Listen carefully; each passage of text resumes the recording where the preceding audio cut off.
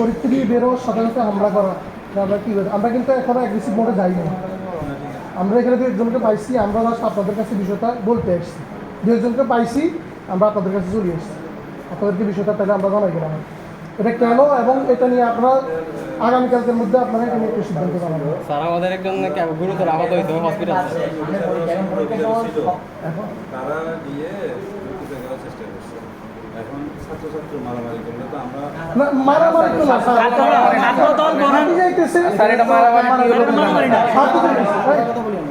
সবাই একসাথে বললে সবাই একসাথে কথা বলে তো শুনবে। মারামারি হয় না, মারা হয়েছে।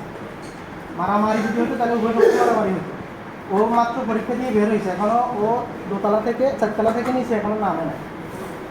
শুভর কথা বলতে ওরা একা ফোন ধরে মারছে তোমাকে হ্যাঁ। ও মাত্র পরীক্ষা দিয়ে নামে। একজনকে আমরা হসপিটাল পাঠিয়ে দিচ্ছি, ওর অবস্থা তো ভালো না, ওর হাতটা সব এখন হচ্ছে হঠাৎ করে ওকে ধরেই 3-4 জন করে ঘিরাই ধরেই মার শুরু। এখন কেন মারতেছে নিজেও জানে। এরপরে একজন হসপিটালে আছে, আরেকজন এই যে পাশে আছে, এই 3জনকে আলাদা আলাদা 3 জায়গায়। এখন মারার কারণটা কি ওদেরকে জিজ্ঞেস করবো। এখন ওদেরকে বিগত কয়েকদিন ধরে থ্রেডের উপর রাখছে। ও ছাত্রশক্তির মিছিলে গেছে এই সন্দেহ, ও জামাতের মিছিলে গেছে এই সন্দেহ, ও ছাত্রশক্তির মিছিলে যে হাসপাতাল আছে এই সন্দেহ। সবসময় দেখি যে ওদের মধ্যে একটা সুন্দর অবস্থান। এখন সহাবস্থাটা কথা হয় না। এখন হচ্ছে স্যার ওরা মিছিলে গেছে এই সন্দেহ জায়গা থেকে ওদের নামের তালিকা করে এই ক্যাম্পাসে ওদেরকে ঢুকতে দিবে না, এই ক্যাম্পাসে ওদেরকে পরীক্ষা দিতে দিবে না। এটা কেন আজকে ঢুকছে, পরীক্ষা কেন দিচ্ছে, এই কারণে তাদের উপরে এখন এই মেসেজগুলো তো ওরা আছে, ও তো আমাদের কখনো বলে না। না এখন আজকে তো আপনি কথা বলছেন স্যার, ওদের মধ্যে সর্বক্ষণ একটা কি সম্পর্ক আছে। এখন আজকে হঠাৎ করে এর এই আচরণটা করছে। এখন দেখছি আমরা কিন্তু স্যার আমরা কিন্তু তুমি নিজেই বলছো আমাদের স্যার আমাদের এবং কিছু লোক যে কোনো অনুষ্ঠানে কিন্তু আমি তোমাদেরকেও বলি যে ওদেরকেও বলি তোমরা স্যার সবাই মিলে ওদের আমরা কিন্তু এখন অলরেডি আমাদের কয়েকজনকে ওরা কিন্তু জিম্মি করেও রাখছে নিচে, এবং কি আমাদের ম্যাচ থেকে এরা বেরোতে পারছে ভয়। এরা ক্যাম্পাসে আসবে কি করে?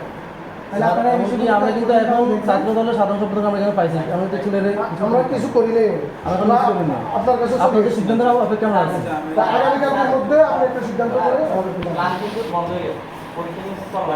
কিন্তু এখন পরীক্ষার সময়, আমাদের এখন ক্লাসের সময় সবাই একসাথে থাকে করে একটা, কিন্তু পরীক্ষার সময় তো সিঙ্গেল সিঙ্গেল আসে।